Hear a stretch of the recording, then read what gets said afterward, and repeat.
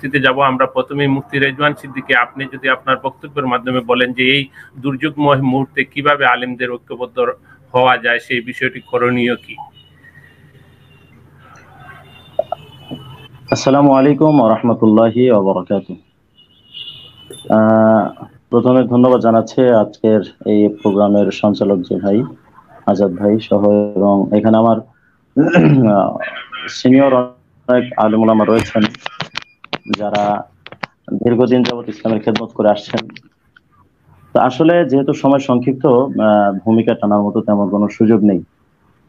আসলে যে বিষয়টা নিয়ে এখানে আমরা একত্রিত হয়েছি সেটা হচ্ছে আলেমদের ঐক্য চলমান যে বিষয়গুলো, এই বিষয় থেকে আমাদের একটা সবক নিয়ে কিভাবে আলেমদের ঐক্যের ফিকির করা যায়, এই বিষয়টা নিয়ে আজকে এখানে আলোচনার মূল আলোচ্য বিষয়।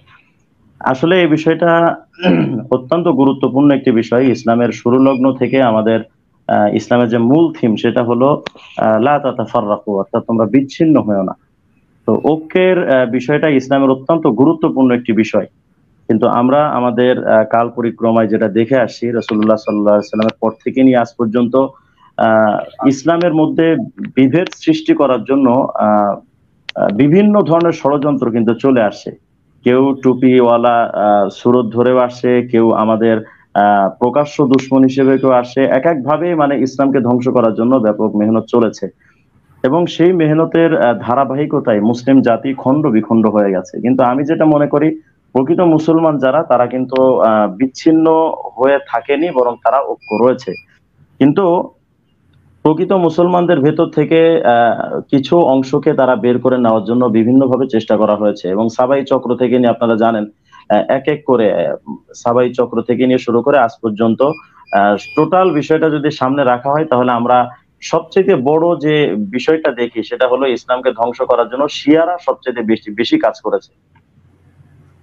যতটুকু জানা আছে, শিয়াদের মানে পুরাপুরি তাদের মেহনতটা একমাত্র ইসলামকে কিভাবে ধ্বংস করা যায় সেই ফিকির নিয়েই তারা আগত হয়েছে। ইহুদি খ্রিস্টানদের ষড়যন্ত্রের বলি হয়েই তারা মূলত আসছে বলে আমার যতটুকু ধারণা। তো আমি যেটা মনে করি, এই জায়গা থেকে আমরা কিভাবে উঠে আসতে পারি। আসলে এখানে যেহেতু আমাদের সিনিয়র অনেক আলেম ওলামা রয়েছেন, আমি এতটুকু কোরআন হাদিস লেখাপড়া করে আমি যেটা পেয়েছি সেটা হলো ইসলামের ঐক্যের জন্য আমাদের তিনটি বিষয় খুব গুরুত্বপূর্ণ। যদিও আমাদের সমাজে এখন বলা হয় যে কোরআন সুন্নাহই যথেষ্ট, কিন্তু এখানে আমাদের একটা পয়েন্ট বাকি থেকে যায়। আমি আত-তামহিদের কিতাব তামহিদের 24 নম্বর খণ্ডে 331 নম্বর পৃষ্ঠার ভিতরে একটি হাদিস আসে। রাসূলুল্লাহ সাল্লাল্লাহু আলাইহি ওয়াসাল্লাম বলেছেন, তারাকতু ফীকুম আমরাইন লান তাদিল্লু মা তামাসসাকতুম বিহিমা কিতাবাল্লাহ সুন্নাতা নবিয়্যি। অর্থাৎ প্রাথমিক পর্যায়ে আমাদের সামনে দুটি জিনিস খুব গুরুত্বপূর্ণ আমাদের খেয়াল রাখতে হবে। তার মধ্যে একটি বিষয় হচ্ছে আল্লাহ তাআলার কিতাব তথা কোরআনে কারীম, এবং দ্বিতীয় নম্বর সুন্নাতা নবী অর্থাৎ রাসূলুল্লাহ সাল্লাল্লাহু আলাইহি ওয়াসাল্লামের সুন্নাহ। এবং এ সম্পর্কে কোরআন হাদিসের অসংখ্য আয়াত এবং হাদিস রয়েছে, যেমন ক্বাদ জাআকুম মিনাল্লাহি নূরুন ওয়া কিতাবুম মুবিন মা আতাকুমুর রাসূলু ফাখুযুহু, অসংখ্য আয়াত এই ব্যাপারে আছে। তো কোরআন এবং সুন্নাহ এটা আমাদের প্রথম মানদণ্ড, অর্থাৎ আমরা ঐক্য হওয়ার জন্য এই দুটি জিনিসকে অবশ্যই আমাদের কোরআন এবং সুন্নাহ। দ্বিতীয় পর্যায়ে আরেকটি বিষয় আমাদের কিন্তু ছুটে যায় আমরা আলোচনা করতে সময়, সেটা হলো ঐক্যের জন্য আরেকটি বিষয় আমাদের দরকার, অর্থাৎ আমাদের সবার টার্গেট যেহেতু জান্নাতে পৌঁছানো, এই জান্নাতে যাওয়ার জন্য যে সাল্লাম বলে গেছেন এই বিষয়গুলো আমাদের খেয়াল রাখা উচিত। তো এই ব্যাপারে ইমাম বগবী রাহমাতুল্লাহ আলাইহি শরহ সুন্নাহর 1 নম্বর খণ্ডের 185 নম্বর পৃষ্ঠার ভিতরে একটি হাদিস এনেছেন, যেটা সবাই জানেন, যে ইন্না বানি ইসনাইনি ওয়া সাবঈনা মিল্লাহ, অর্থাৎ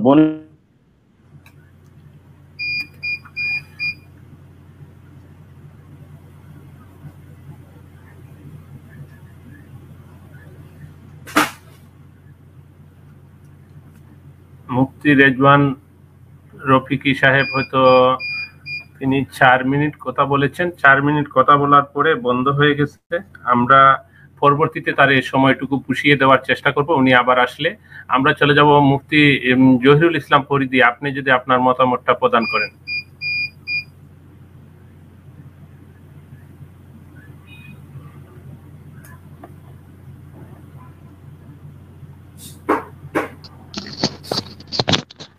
ইন্নাল হামদুলিল্লাহ সাল্লাতু ওয়াসসালামু আলা রাসূলিল্লাহ আম্মা বাদ। আজকের ধন্যবাদ আমাদের অত্যন্ত প্রিয় ভাজন সঞ্চালক জনাব সাংবাদিক এম এ আজাদ ভাইকে। জি ফরিদী ভাই, উনি আসছেন যেহেতু ওনার বাকি সময়টুকু, আপনি 4 মিনিট কথা বলেছেন। আপনি যদি আবার বাকি সময়টুকু কথা বলে নেন, মুফতি রেজওয়ান রফিকি সাহেব, আপনি যদি বাকি সময়টুকু কথা বলে নেন, আপনারও 6 মিনিট আছে। আপনি কি শুনতে পাচ্ছেন? আচ্ছা, আমি যেহেতু কথার মাঝপথে ছিলাম, আমার একটু সুযোগ দিলে ভালো হয়। জি জি জি জি বলেন।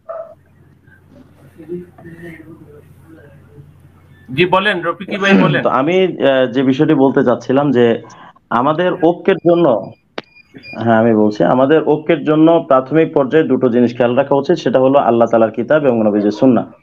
তৃতীয় নাম্বার আরেকটি বিষয় কিন্তু আমাদের খুব খেয়াল রাখা দরকার, কারণ রাসূলুল্লাহ সাল্লাল্লাহু আলাইহি সাল্লাম বলেছেন যে আমার উম্মতরা ৭৩ দলে বিভক্ত হবে, একটা দল জান্নাতে যাবে। কিলা মান হুম ইয়া রাসূলুল্লাহ, ইয়া রাসূলুল্লাহ তারা কারা? নবীজি বললেন মা আনা আলাইহি ওয়া আসহাবি, আমি এবং আমার সাহাবীরা যে পথ যে মতের উপরে আছি এটাই জান্নাতের পথ।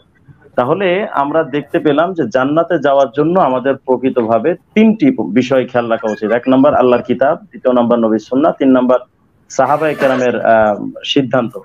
এই তিনটি জিনিসকে খেয়াল রেখে আমাদের সামনে চলা উচিত। এখন আমি যেটা মনে করি, আমাদের বাংলাদেশে যত ইসলামিক সংগঠন আছে বা ইসলামের নাম নিয়ে যারা চলে, আমরা যদি ঐক্যের একটা ফিকির করি, আমরা আবেগ দিয়ে যদি বলি যে ঐক্য হবে ঐক্য হবে, কোশ্চেন কালে ঐক্য হবে না যদি এই তিনটি জিনিসকে আমরা ফলো না করে চলি। যেমন আপনি যদি আমার উপরে বিষয়টা ছেড়ে দেন তাহলে আমি বলতে পারি এভাবেই, আমাদের এখানে যে আলোচক যারা রয়েছেন এর মধ্যে মোটামুটি মুশতাক ফয়েজী সাহেব, এরপরে আইনুল হুদা সাহেব, এরপরে আমাদের মাহবুব রহমান সাহেব সহ আরো যারা আছেন, কিন্তু এখানে আমাদের মুফতি জহিরুল ইসলাম ফরিদী সাহেব আছেন। আমি একটি বিষয় এখানে বলতে চাই যে আমাদের বাকি যে তিনজন আলোচক আছেন তাদের সাথে ঐক্য সময়ের ব্যাপার, কারণ তাদের সাথে আকীদাগত বিরোধ তেমন বড় আকারে কিছু নেই। কিন্তু এখানে ফরিদী সাহেব আছেন, উনি আমি যতটুকু জানা আছে তিনি আটরশি দরবারের একজন খাদেম। অথচ আমরা ঐক্য নিয়ে যদি ফিকির করি তাহলে এখানে আমি ফরিদী ভাইয়ের কাছে একটা প্রশ্ন রাখতে চাই যে ঐক্যের ফিকিরের জন্য যদি আমরা সামনে আগাই তাহলে অবশ্যই আমাদেরকে কুফর, শিরিক এবং বেদাত থেকে অবশ্যই আমাদেরকে ফিরে এসে একমাত্র কোরআন, সুন্নাহ এবং সাহাবাদের সিদ্ধান্ত, এইটা তিনটার মধ্যে সীমাবদ্ধ থাকতে হবে। কিন্তু আমরা যেটা জানি যে আটরশি দরবার থেকে একটা কথা বলা হয়েছিল বা একটা সাক্ষাৎকারে বলা হয়েছিল, যেটা আটরশি কাফেলা নামক একটা বইয়ের 89 নম্বর পৃষ্ঠা, এবং এটা 1984 সালের সংস্করণ। এখানে বলা হয়েছে যে হিন্দু, মুসলমান, বৌদ্ধ, খ্রিস্টান নিজ নিজ ধর্মের আলোকেই সৃষ্টিকর্তার নৈকট্য অর্জন করতে পারে এবং তাহলেই কেবল বিশ্বে শান্তি আসবে। এই যে একটা বিষয় যে যে কোনো ধর্ম পালন করেই শান্তি আনার ফিকির করা বা যে কোনো ধর্ম পালন করার একটা বিষয় সামনে নিয়ে আসা, এটা কিন্তু প্রকাশ্য একটা কুফরি সিদ্ধান্ত। কারণ আমরা সবাই জানি যে সূরা মায়েদা 3 নম্বর আয়াতে আল্লাহ পাক বলছেন আল-ইয়াউমা আকমালতু লাকুম দীনাকুম ওয়া আতমামতু আলাইকুম নি'মাতি ওয়া রাদিতু লাকুমুল ইসলামা দীনা। এরপরে সূরা আলে ইমরানের 85 নম্বর আয়াতের মধ্যে আল্লাহ পাক বলেছেন ওয়া ইয়াবতাগি গায়রাল ইসলামি দীনান ফালা ইউকবালা মিনহু। সূরা হাশরের 7 নম্বর আয়াতের মধ্যে আসছে ওয়া মা আতাকুম রাসূলু ফাখুযুহু ওয়া মা নাহাকুম আনহু ফান্তাহু। এবং যদি মাজমু যাওয়ায়েদের 1 নম্বর খণ্ডের 178 নম্বর পৃষ্ঠার একটা হাদিস দেখেন, সেখানে রাসূলুল্লাহ সাল্লাল্লাহু আলাইহি সাল্লাম সুস্পষ্ট সিদ্ধান্ত দিয়েছেন যে ওয়াল্লাযী নাফসু মুহাম্মাদিন বিয়াদিহি লাউ আসবাহা ফীকুম মূসা সুম্মা ইত্তাবা'তুমুহু ওয়া তারাকতুমুনি লা যালালতুম। রাসূলুল্লাহ সাল্লাল্লাহু আলাইহি সাল্লাম বলেছেন যদি তোমরা এই সময় মূসাকে পেতে এবং মূসা আলাইহিস সালাম এই সময় যদি জীবিত থাকতেন এবং তোমরা আমাকে ছেড়ে তার অনুসরণ করতে, তাহলে অবশ্যই তোমরা পথভ্রষ্ট হয়ে যেতে। তার মানে আমরা এই আয়াত এবং হাদিস দ্বারা যেটা বুঝি সেটা হলো ইসলাম ধর্ম ব্যতীত অন্য কোনো কিছু মানার এই সময় কোনো সুযোগ নেই। কিন্তু আমরা যেটা দেখছি যে আটরশি দরবার থেকে কিন্তু এটা বলা হয়েছে যে যে কোনো ধর্ম পালন করা যায়। তো এই বিষয়গুলো যখন সামনে আসবে তখন যদি এই বিষয়গুলো থেকে আটরশি ভাইয়েরা ফিরে না আসেন তাহলে কিন্তু ঐক্যের সম্ভাবনা কোনোভাবেই নেই। এবং আপনি আরো দেখবেন আজাদ ভাই, যে আটরশি দরবারের একজন পীর সাহেবকে দেখলাম যে তিনি খাটকে সিজদা দিচ্ছেন, অথচ সিজদার ব্যাপারে সুস্পষ্ট কোরআন এবং হাদিসে শিরিক বলা হয়েছে। আমি এখানে এই কথাগুলো এজন্যই বলছি যে ঐক্যের সিদ্ধান্ত যদি আমরা নিতে চাই তাহলে আমাদেরকে কোরআন, সুন্নাহ, সাহাবা এই তিনটি সিদ্ধান্তের বাইরে যাওয়ার সুযোগ নেই। অথচ সিজদা দেওয়া, কাউকে সিজদা দেওয়া, সেটা খাটকে হোক অথবা পীর সাহেবকে হোক, সিজদা দেওয়া এটা পরিষ্কার শিরিক। কারণ সূরা জিনের 18 নম্বর আয়াতের মধ্যে আল্লাহ পাক বলেছেন যে ওয়া ইন্নাল মাসাজিদা লিল্লাহ ফালা তাদউ মা আল্লাহি আহাদা, যে সিজদার এই জায়গাগুলো এটা আল্লাহ তাআলার জন্যই, অতএব তোমরা আল্লাহর সাথে আর কাউকে ডেকো না বা আল্লাহর সাথে কাউকে শরীক করো না বা আল্লাহর সাথে কাউকে ইবাদত করো না।